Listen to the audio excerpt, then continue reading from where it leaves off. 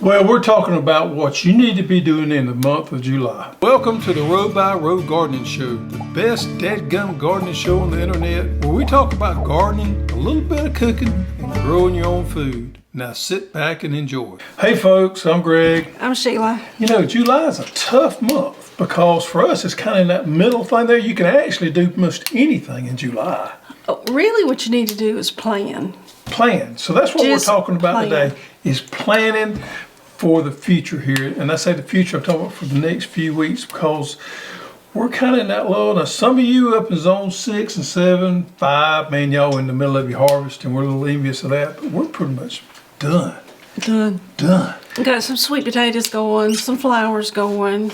Peppers are still going, okra, but as far as planting anything new, we're done. Yeah, I got, we got a couple little experimental things going on with some squash, but that's out of the ordinary, okay? But it's already been planted. It's already been planted, yeah. So we got some. I'm talking about something brand new. Yeah. Besides flowers, sunflowers, cover crops. We're in that lull. Now we'll be hitting it again quick, and that's what we're talking about today. What you need to be doing in July, what you need to be thinking about in July, planning ahead, because August is going to start all over again. Yeah. I like the fall garden. Do you like the fall garden? I love fall garden. And the thing about it is, most people don't fall garden. Well, it's less work, less pest pressure, less... Sometimes on the less pest pressure. Now, your corn earworms can really eat your lunch, but on just like the southern peak here, yeah. So somewhat you're right. Less weed. Can be if you prepare right, yes. You don't have to water as much. Correct. I mean, normally speaking, going into fall, we have a little drier time of that, but yeah, it's possible. Cooler outside. It's cooler outside. It's brutal out there now.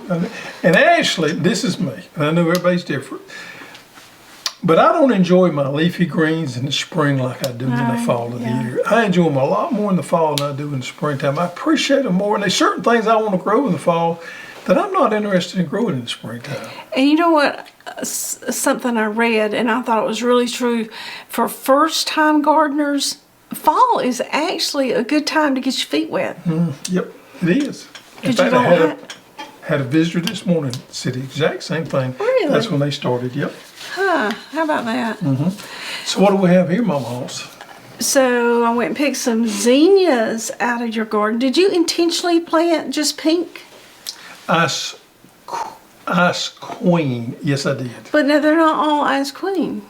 Oh, the ones that I planted out there in that row, unless that some of them got mixed in. It might have been some volunteers that came back. Because look at the different pink. Yeah. I know which one is Ice Queen. I only planted Ice Queen. Now, did you get them out of where my sweet potato patch is at? Yep, that's only Ice Queen.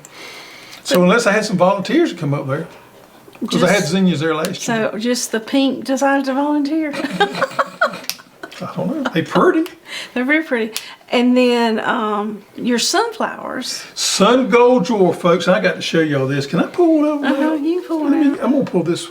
This is a beautiful one right here to pull out. Let me hold I just did a little short on this week. Man, you got them in there, don't you? Yeah. Just pull it on out. I can't.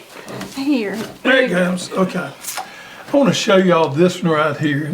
That right there, folks, is Sun Gold Dwarf. And this reminds me so much of a teddy bear. It does. But it only gets 3 to 4 feet.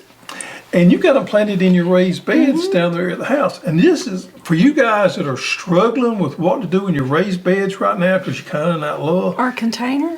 Perfect fix right here. These things have foliage all the way back to the ground, so they shade out the weeds. The weeds, yes. Yeah, they're great pollinators. Great, man. The bees and the wild native bees just love them, and they're absolutely beautiful. I couldn't get over how pretty these things are, and it reminds me of that.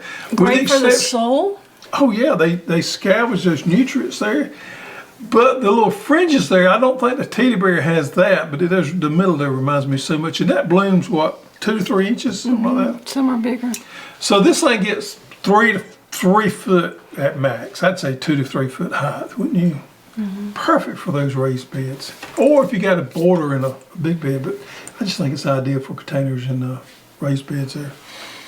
You know, sometimes you run across a sleeper. This is a sleeper right here. This one's really turned out nice right there. Sun Gold drawer for you folks want to look it up there. It's on our sunflower page. Yeah, we can throw that link up to that Yeah. Sun Gold drawer. Yep.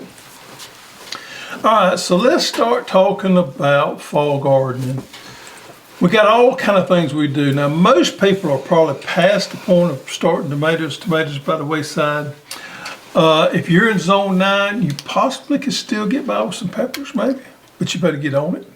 Zone 8, I think you're probably past the point on peppers, but everything else I think we can get at. Now I say everything else with the exception of eggplants and things. Corn. Everybody loves to grow corn. You can grow corn in the fall of the year. You just have a little bit more worm issues there. If you're going to plant corn, you can plant it in August, pretty much any time. What's the average date of maturity on sweet corn? Around 80 days? I don't know.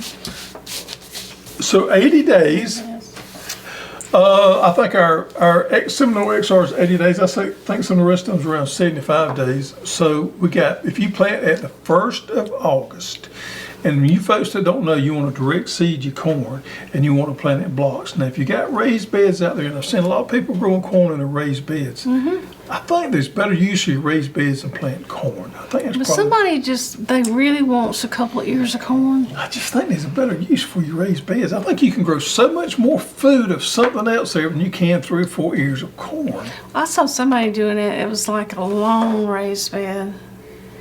So it would be like some of your short rows. Yeah, but they're in blocks, so that helps with the pollination. It's my personal opinion. I think you're better off to do it. I know you're a huge raised bed fan, but I'm Yeah. telling you, I don't think corn lends itself to raised beds. Well, if that's all they have and they want some corn, I say go for it. Okay. We'll agree to disagree here, won't we? But anyway, you got 75 to 80 days. So let's just say you plant your corn the 10th of August. So you got 10th of September, 10th of October, and 10th of November. That's 90 days. So you got plenty of time. If you're in zone 8, now you're in zone 7, you better get it planted around the 1st of August.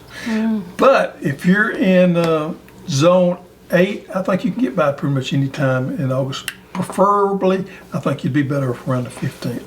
So I'm would gonna that try to could do be mine. considered fall planting or succession planting? No, well, it could be either one, because succession planting is following each crop with another crop. Yeah. But I simply talking about fall gardening. They're fall gardening with corn, Okay. sweet corn. And my Seminole XR is going to do fine for you. That's my go-to spring crop. But we all know I love the ambrosia, which is a bicolor for my fall crop. And for those of y'all that live in the north, I'd say zones 5 and up, or would you say 6 and up? I don't think 5 or 6 going to get a fall crop of corn in. Yeah. Yeah, I think they're one crop corn people. If we're wrong on that, leave it in the comments below, because we'd love to hear what you think or what your experience is in those zones. A lot of this we're talking about today, if you live in an extreme cold climate, it's probably not going to apply to you. Right. So pretty much we're talking 7, 8, 9. Yeah, with the exception of some things you guys 6 can get by with. All right, so what do you do to prepare for your fall garden? Because we're in that situation now. I know in my garden, I'm fixing to work everything back into the soil. I'm waiting on my tomatoes to rot out. I got to go out there and do a little more cleanup. Rot out. They got to rot out. And then we've already got, as of this morning, we tilled up a couple more spots. So I'm working through there, getting it cleaned up and tilled up. Cover crops. We talked about this last week. Y'all guys can get quick cover crops in there, such as your buckwheat. Boom, boom, grow it off in 6 to 8 weeks. Flip it back into the soil and get your fall gardening going. Or tarping. Tarping's something we ain't talked about in a long time, but you can go ahead and get that spot ready right now. Get it ready to plant, put that tarp over it, and it'll put it on hold till you get ready, peel it back, and you can plant all in the same day. So if somebody's waiting for their onions and garlic and strawberries, you'd say tarp it or get it ready and maybe mulch it? I wouldn't mulch it, but that's just my personal opinion. I'd rather put a cover crop on it than I had to mulch it. Well, I've got some new beds down at the house, and I just mulch them. I'm just going to let them, but it's all kind of new soil and new amendments, and I'm just going to let. You just got them ready. My preferred method would be to tarp it or to cover crop it. Even my new beds? Even your new beds. Why not just mulch Well, it like I did? what if you have some weeds in that soil down there? Well, they're covered with mulch. They're not, right now. Are you going to work the mulch back in when you go to flip them? Yeah. Okay, so you're going to incorporate that mulch into your, okay, I could see that maybe. This is me again. We have a lot of disagreements today, aren't we? We are. I would tarp or cover crop. By the way, how's that diet going? You was 5 hours into it last week. How's it going? I'm not doing real good, okay. How many hours did it last? It lasted for a good 24 hours. Really? Yeah, I think so. Yeah. But I'm inspired to get back on it again. Okay. Sorry there. Yeah, you're welcome. Yeah. Holding me a curveball there, didn't you? Yeah. All right, so what do you want to plant? What you going to plant for fall garden? And I'll tell people what I'm going to plant, and then we'll talk about what you can plant. I'm going to plant some mustard. You're going to direct seed your mustard. Okay. I'm going to plant some English peas, carrots. Can I do a side note on English peas? English peas is one of those things you probably want to wait to around the 1st of October to plant. Yep. Carrots, I'll usually plant them the end of September, 1st of October. I'm going to plant some fall potatoes. Oh, are you? Yeah. In the container? In a root pouch like I did last year. Okay. Some calendula. We love calendula. I'm gonna plant. I may plant me a little bit of that. Beets. Some radishes. I think that's about it. Lettuce. Oh, lettuce, yeah. Yeah, I figured you I'm would. gonna plant some lettuce in my green stalk. Yep. So this is me. Okay. I'm planting corn. Plant me a plot Oh, of corn. celery. I forgot celery. You jumping again on me a little bit. I got something to talk about special with celery. You asked me. I know, but we're going to talk about celery. Celery's going to be special for us this year. It's all about you, huh? Now I've got some special announcements to make about celery. All right, for me, I'm planting corn. I'm going to continue with my cover crop rotation in the plots that I'm not using. I'm going to plant some Brussels sprouts this year. I haven't planted Brussels sprouts in a while. To me, they're not worth it. There's too much trouble. I'm going back out there. Brussels sprouts, broccoli, of course, cauliflower, kale, and collards. That's the ones I'm going to start in the greenhouse to transplant into my garden. And cabbage, because we want to make some sauerkraut. Okay, so I've planted them. Now, folks, in case you don't know, it takes 4 weeks this time of the year to grow it from seed to transplant. And that's if you do everything right. So if you do everything perfect, 4 weeks you can grow off and move on and put them in the ground. So I'm going to start sometime in August with those in the greenhouse, and then I'll transplant them sometime probably in September. Going to have to watch out for the bugs a little bit because the bugs are still active somewhat in September. Which one of those trays do you use? Oh, okay. For my brassicas, you can use, this is one I normally use, which is 162 right here, which is a lot, you might say. But you can plant several different things in there. So I'll plant my kale, my collards, my cabbage, Brussels sprouts, cauliflower, broccoli, all of this right here. And that'll be pretty much enough to me. Now, for you guys that like to plant a lot and that need a lot of plants, this 338 right here is the standard for the commercial grower to grow brassicas in. All of them grow their brassicas in these 338s. Right, and you don't have to plant the whole thing in one. No. I mean, you could do your broccoli, your cauliflower, your kale. Yeah. Yeah. To me, it's a little small there. I prefer the 162, but the majority of the ones grown these days are grown at 338. Yeah, and when we're talking about fall planting, getting your soil ready, be thinking about what seeds you need and seed starting supplies so you are ready when the time comes. Now we have these 24 sale, and I got some squash here, and y'all don't jump out there and make a bunch of ugly comments because this is something special we're doing here with this squash right here. This is a summer squash, and I normally do not transplant summer squash. They're growing very upright. I'm trying to accomplish something strange here. See the root system on that's not bad. Needs to be planted. I'm gonna plant that next day or two. Now this comes with a bottom tray. Yes, it does. You can also get it with the dome. Yes. Yeah. Yes, you can. So this right here is a good one for smaller plants. 24 cell right there, and then we also have the 12 cell for you guys that don't want to plant. 24, you can plant 12. Same type thing. And what's good about these is the hole at the bottom has really good drainage. Has a catch bottom right here, so water don't run everywhere. And of course, it's got a little dome there. So there's your options for starting your seeds for the fall. Now the ones you're going to need to start are the ones I mentioned earlier: cabbage, cauliflower. Don't let me leave nothing out. Cabbage, cauliflower, broccoli, collards, cabbage, and you can do kohlrabi both ways. Kale. Kale, you can do kale both ways. I like to transplant mine. What else? That's pretty much it. Swiss chard. Spinach. Spinach, I like direct seed my spinach. Swiss Cilantro. chard, you can do both ways. Cilantro, normally, you can do it both ways too. I normally start mine. Most people think of cilantro summer, but really it does well in the fall because it does great. Yep. The lower temps. All right, so let me get back to what I'm going to plant this fall. Okay. You ready? Corn. I'm going to plant ambrosia corn. I'm going to plant me, and I don't know what varieties on these I'm going to plant. Like I said, I'm going to plant my collards, broccoli, cauliflower, Brussels sprouts, and cabbage. So I'll plant those, and then I'm also going to plant a big spot of peas, cow peas. Now I'm going to plant my cow peas in the middle of August. And for you guys that don't know, middle of August is ideal time for you to grow your cow peas out.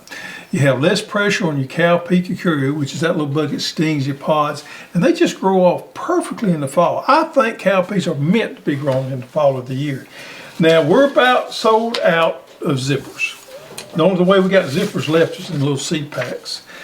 But tell you the one I'm gonna grow, and I haven't grown this in a while, but this is a great one right here, and I don't know why I have not grown it in the last couple of years. Top Pick Pink Eye Pea. Now Top Pick Pink Eye Pea is going to be a newer variety for you guys out there. It's not that old variety, but it's a nice cream colored pea, and the unique thing, there's two unique things about it. One of the unique things about it is the taste of it. It has a sweeter flavor to it than most other peas do. And as the name implies, top pick. So these peas on the top just lay over, and they're so easy to pick because they just form on the top of that plant, and they just lay over like that. They was developed somewhat from mechanical harvesters, but it's ideal for people that's hand harvesting because they're easy to get to and pick. You can just go down through there and get you handfuls of them. And you picked a lot of them? I picked a few of them. And one more good thing about them. One more good thing about them. She's laughing because most times she picks all the peas. But I give her support. They make, when you cook them, they make a clear broth. A clear broth when you cook them. Oh. So it's not like a dark broth. You know how you cook them sometimes, the peas, and they have that dark broth? These have a clear broth when you pick them. So it's a pink eye pea with a clear broth. The growth habit on them I would classify is probably determinate type. It doesn't make a real big bush, but they load up on top. You may have to can some of those. I may have to. After I get through picking. After you get through picking them. Yeah. It's shelling Yeah, it. top pick pink eye, folks. You got to think about growing some of those for the fall. This horse is getting in trouble today. Yeah. Our kind of thing around here is I do all the growing, or most of the growing. She's got her own garden. She does all the harvesting. But I help you a lot on some of the harvesting. I'm not a huge bean picker or butter bean picker. No, you're not. If it is a tedious... you count me out. Yeah, your attention span is not there. The talk around here is I have ADD. I don't know that I do, but they say I do because I can't be still for very long, or my attention span does not zone in. So I have problems following tasks. It's going to take tedious work. All right, so that's what I'm going to plant. And plus, I'm going to back it up with direct seeding. And I'm probably going to wait till the end of September, 1st of October to do this. My direct seeding of my beets and my radishes, spinach. I like to grow spinach. And I'll probably be putting my lettuce in. Now, I love growing lettuce. I'll probably be planting my lettuce around the end of August to transplant it. And that's one of the things you can just keep popping in there. Keep going. Keep going. Cilantro, arugula. There's all kinds of things you can grow in the fall of the year. Dill. Dill? A lot of your herbs really flourish during the fall. And your cool season flowers, you need to think about those. And when I say cool season, that doesn't really mean they bloom in the cool season, but you have to start preparing them in the cool season. All right, so it's time. Let's talk about celery. Okay, celery. Tell everybody what experience you had last year with the first time brewing celery. So last year I saw some at one of the big box stores, and I said, I'm going to try this because I'd seen other YouTubers planting celery. You foo-fooed it, of course. I foo-fooed on it pretty bad. Yeah.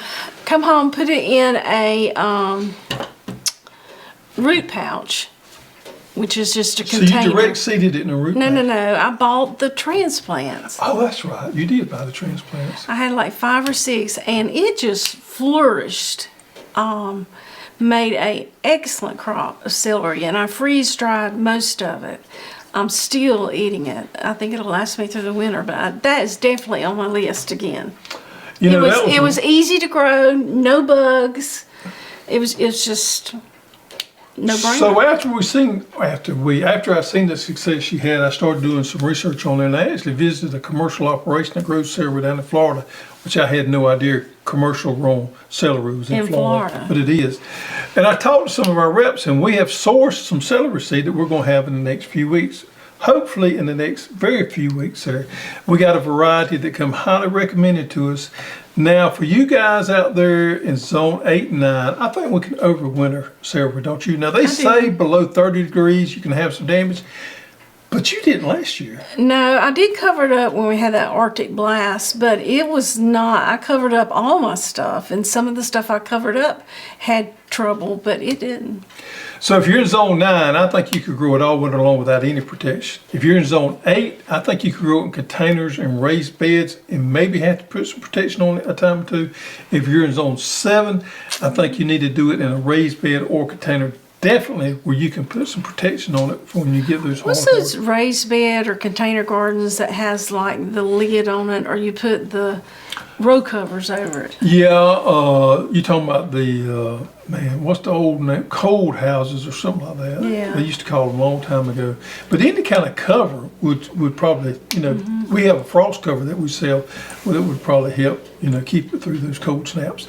Did exceptionally well for us, and we really enjoyed that celery in the garden. Yeah. I would have never thought we'd be growing celery in our backyard vegetable garden. So we got that coming out, folks. Look forward to that. I think it's going to be a great crop to grow during the fall, over winter. And of course, we got strawberries coming in October. So you got to get ready for your strawberries. We're going to have Chandler strawberries again. So be thinking about where you want to put those strawberries. Onions and garlic in November? No, we will start pre-selling. We'll have garlic before then. In fact, we're going to start pre-selling garlic within the next couple of weeks. Ooh. And we may have some different varieties this year. Just saying. We got exciting news coming out about garlic. Elephant garlic, we're going to have it pre-sale within the next few weeks. We'll get elephant garlic in, if I'm not mistaken, around September. And then our onion plants will be in around the 1st of November. And we'll start pre-selling as well. So you got to be thinking about where you're going to put your onions at, your strawberries, your elephant garlic, and all those kind of things. And we get a lot of questions, are we going to sell live plants this fall? I don't think so, but not still got ruled some, it out yet. We still got some kinks to work out. Yeah. Spring was the first time we've done it, and overall it went well, but we've got some issues. Yep. One more thing I'm going to plant is some green beans. More green beans. I thought you said it was too late. Nope, we plant green beans in August. Yeah, green beans. Now, tomatoes and peppers, iffy for us, especially tomatoes, but I think we can plant green beans. What about cucumbers? Cucumbers, you could probably pull that off. If you direct sow those now, you can probably, you'll be okay with that. I say that, you probably got another couple of weeks on cucumbers. You can do that all the way up probably the middle of August in zone 8. Zone 9, certainly zone 7, you better get it planted ASAP. So we've got all that right there to think about. Man, so much stuff you can grow in the fall of the year. I'm just looking over the list here, see if bok choy. For you guys that like bok choy. And there's if any of you use Farmer's Almanac, they have on their website where you can put in your zip code, and for the fall and spring, actually get a chart that tells you. But you didn't agree with everything. I didn't agree with it all, but it's a good guideline to go by, but I wouldn't. But it tells you I don't have my glasses on. Can you read? Yeah. It says beets you want to start by October 3rd. It tells you basically Yeah, you got a little bit longer if you time need than to that. start it indoors, outdoors, and it's based on your location. And if you can start them outdoors, what's the last day you can start them by? I thought it was a pretty good reference, but that's on Farmer's Almanac. Yeah. Fall planting schedule Yep. or calendar. Yep. All right, everybody ready to get? Look, you got to get your seed starting materials. You got to get your seeds. Don't panic. We're gonna have plenty of it, but you want to go ahead and get what you need there. The only thing I can think that we're short on is zipper peas. Everything else we're in pretty good stock on, so we should be okay on everything. So get them seeds ordered, get your seed starting supplies, and get ready. And most of all, make plans for those spots out there. Go ahead and turn them, flip them, plant cover crops. Plan on what you're gonna plant in August and September. Gotcha. Garden Spotlight. This was sent in by Max in Indian Trail, North Carolina, Zone 7. See, that's what we was talking about, something to cover those beds like that right there. And if you wanted to grow your celery and something like that right there for the fall, I think that'd be ideal. So you could cover it up. And he's got it so he can bring it back down on the hot days and then cover it back up. So he's growing glacial corn, green blaze, green beans, peppers, halcinator, red snapper, sun sugar. Oh, a whole list. It goes on and on. Yep, well, listen, he's got a raised bed thing going on. Lots There's of more rains, pictures he of his said, raised in bed. 5 to 7 in the last 5 to 7. He's got his corn growing in those raised beds just like our foo-foo don't. Yep. He all his beds have our Hoss drip tape. Works great. Yep, got his green beans. I do like his temporary cover though. I think that is just You ingenious. could that looks like metal, but you could do it with PVC That is pipe. PVC. I think that's a gray PVC. Oh, okay. Yep. That's like That conduit. would be easy, Yeah, yeah. it would be easy. Yep. Anyway, thank you for sending that in. That's interesting. All right, so now we got the old goat drawing, folks. Look around on the set, see if you can find the old goat. And if you do, put it in the comments below. Next week we'll do drawing for this week, so we're doing drawing today from last Yeah. week. So last week it was up behind the 2 red curry squash, and we had probably 50% of the people didn't know what it was. Could not. Oh, the red curry. It's that way. Yep. Yep. They thought it was a pumpkin. Nope. Red curry squash is a winter squash that we grew this year, and we've been enjoying them. Delicious. Right, and I think this week on Tuesday night, if y'all didn't catch it, go back and catch it. You're cooking some in the kitchen. All right. So the winner this week for last week's old goat is Susan Killstrom. Susan, send us your shipping information to custserve@hosstools.com and we will get you something in the mail. Get you a prize in the mail. How about that? What else we got coming up? Ooh, we got something special coming up, Yeah. don't we? Make your plans if you can go. September the 9th, Petals to the Past. Which is in Jemison, Alabama. They're calling it the Great Fall Garden Festival, and we're going to put a link down in the description. It's a meet and greet gathering of homestead farms, artisans who connect with each other through YouTube channels. So a lot of these people are our close friends. It's a family-friendly event. It will feature speakers. Now, if you go to this link and check out the speakers, they do want you to register because the area that they have the speakers in, I think only sits 80, so they want you to register for that. They're going to have a harvest contest where people bring in things that they grew on their farm, and you're going to be a judge of that. Kind of reminds me of like a county fair, Yeah. doesn't it? Things that people have grown. There's food truck vendors, and it's all set in the beauty of Petals from the Past, plant nursery. Now, let me tell you something about Petals to the Past. Well, all she just said is reason enough to attend this. But if that's not enough, one reason by itself is to visit Petals to the Past. It's one of those privately owned, family owned home garden centers that just blows you away with what all they got there.